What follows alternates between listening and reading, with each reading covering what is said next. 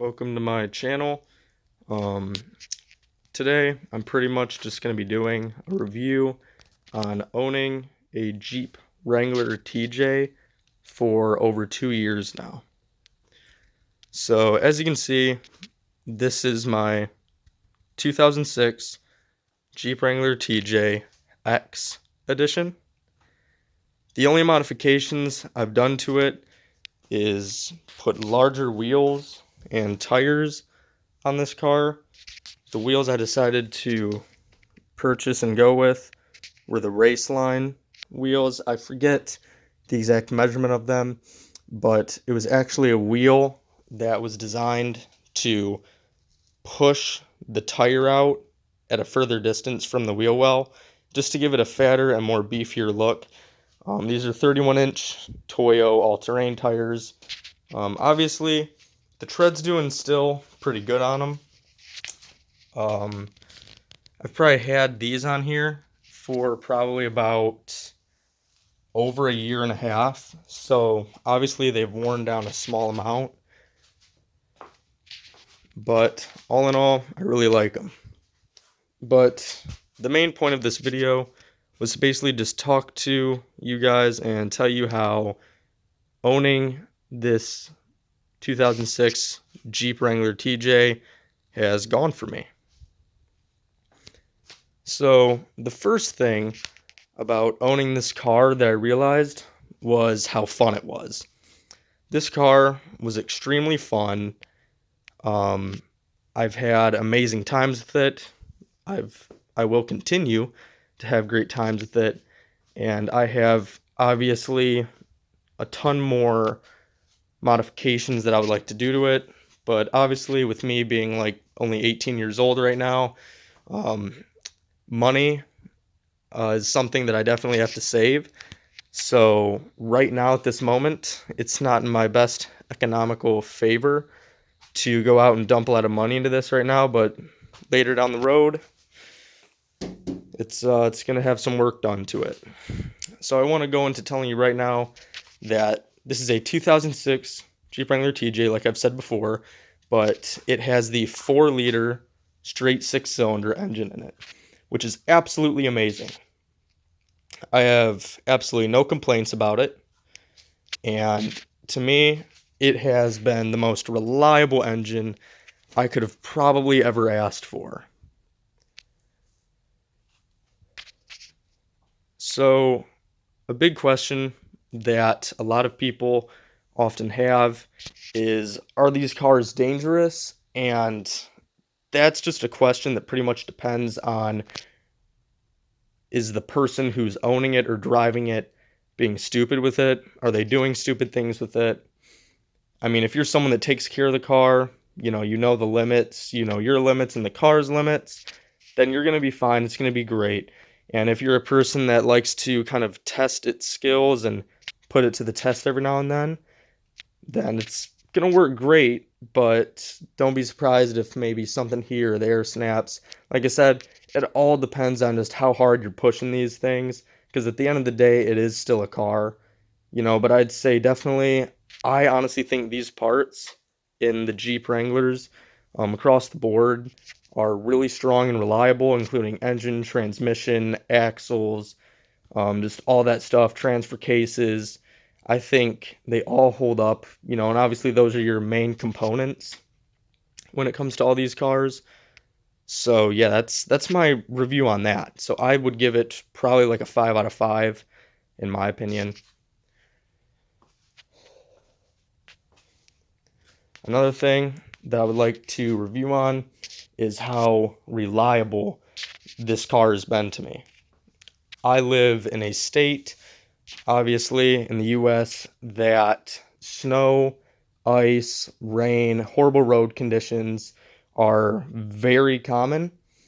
And this is when a car like this is going to really come in handy, because pretty much any obstacle you throw it, road related, and most off-road related, it's going to overcome. It's just going to be able to do the job, get it done, and without really breaking anything or damaging anything. So this was my first car. Um, like I said, I really enjoy it. I think it was honestly probably the best first car I could have had because they're just so reliable. If you break something in one of these cars, you really were pushing it beyond its level of like what it can do. Because I mean, like I said, all these things hold up really well. Obviously, mine has a soft top on it. It's had a soft top on it, since my father's had it ever since 2006, and he's taken great condition, um, or great care of this whole car, ever since he's gotten it, like he's always been on top of oil changes. Usually he'll change the oil like even before it's due just to make sure it gets done. He puts fully synthetic in it all the time. He checks transmission fluid, um, rear and front differential oils, I pretty much did that and everything, ball joints, all that, etc. I've pretty much kept up on. They're easy cars to keep up on. Pretty much, it's one of those cars where if you respect it, it'll respect you. So that's one really good positive thing about it. Another thing that I do have to say is when it comes to snow, ice, and rain, these things are so reliable. Obviously, things like tires and such come into play, because when you're driving in bad road conditions like that, the most important thing you can have is traction with your tires. So that's where having a nice pair of all-terrains really comes in handy, in my opinion, and just making sure the tread and the tire pressure is always kept up on. So I really do enjoy that. Another thing that I love being able to do with the Jeep Wrangler TJ is being able to take the top down, windows off, and the doors off in the summer. I'm a person where I love to have the wind just blowing in my face to where I can barely feel it once I stop the car. But it's a really fun car, so that's why I think that this is probably one of the best cars you can get for your kid.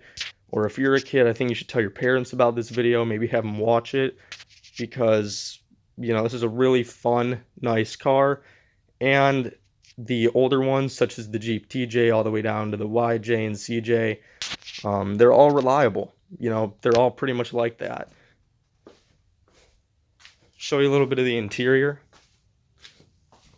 After owning this thing from 2006 to 2019, it has only 71,087 miles on it. The reason there's that many miles on it is because my dad, this was his daily driver for I think like 4 to 5 years, and he drove a good distance to work, so that's where a lot of these miles came from. Here you can just kind of see the interior of the car a little bit. It's my FM adapter back there, just because the older Jeep Wranglers, as you see, did not come with an aux cord plug-in, so you just gotta kind of plug it in through there.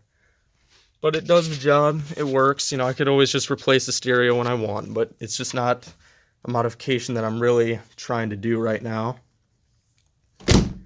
But this Jeep's been in really good condition.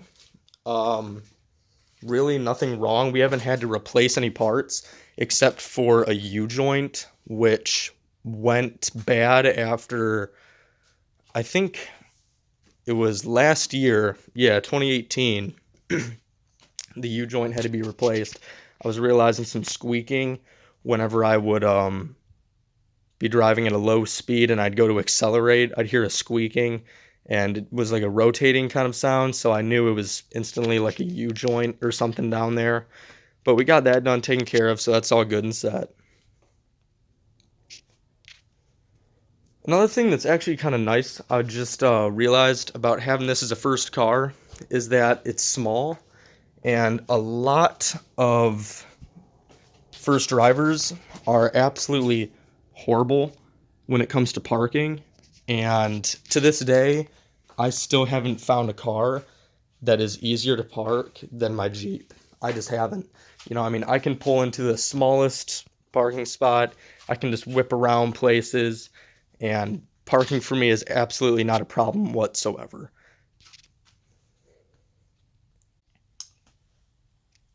pretty much the last thing I just have to tell you guys about this is some future modifications that I wish to do to this Jeep. And pretty much all my future modifications for this thing is just getting a lift kit, and that's obviously somewhere way in the future.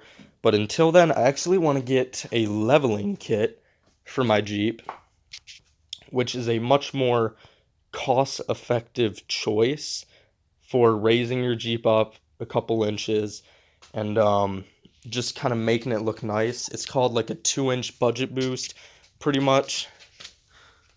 Yeah, you can't see in there, but right where your suspension is, you just there's like these little bumpers that you put on there to where the coils themselves actually rest a couple inches lower than where they usually do, meaning that the Jeep is actually going to be sitting higher a couple inches than what it normally does.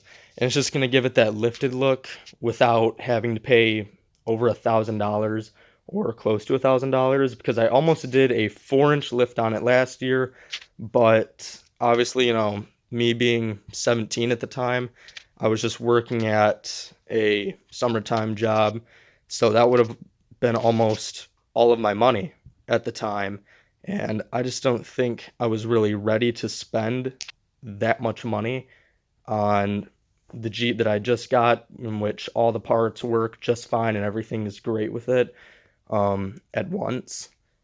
So yeah, I'm holding off, and I'm doing the budget boost someday soon, because to me, the budget boost, it's just a much easier way and way more cost effective way of raising your Jeep a little bit, making it look like it sits a little bit higher, and maybe even allowing it to ride with a higher set of tires on it. A bigger set of tires. So that's my plan for the future. And, the budget boost really only costs, plus installation and everything, about maybe $100 to $130, which, $130 to raise your Jeep Wrangler is literally like dirt money. It's practically nothing. So that's what I'm gonna have to do. But yeah, just want to say thank you for watching. If you liked this video, if you found anything interesting in this video, please like and subscribe, and catch you later in the next one.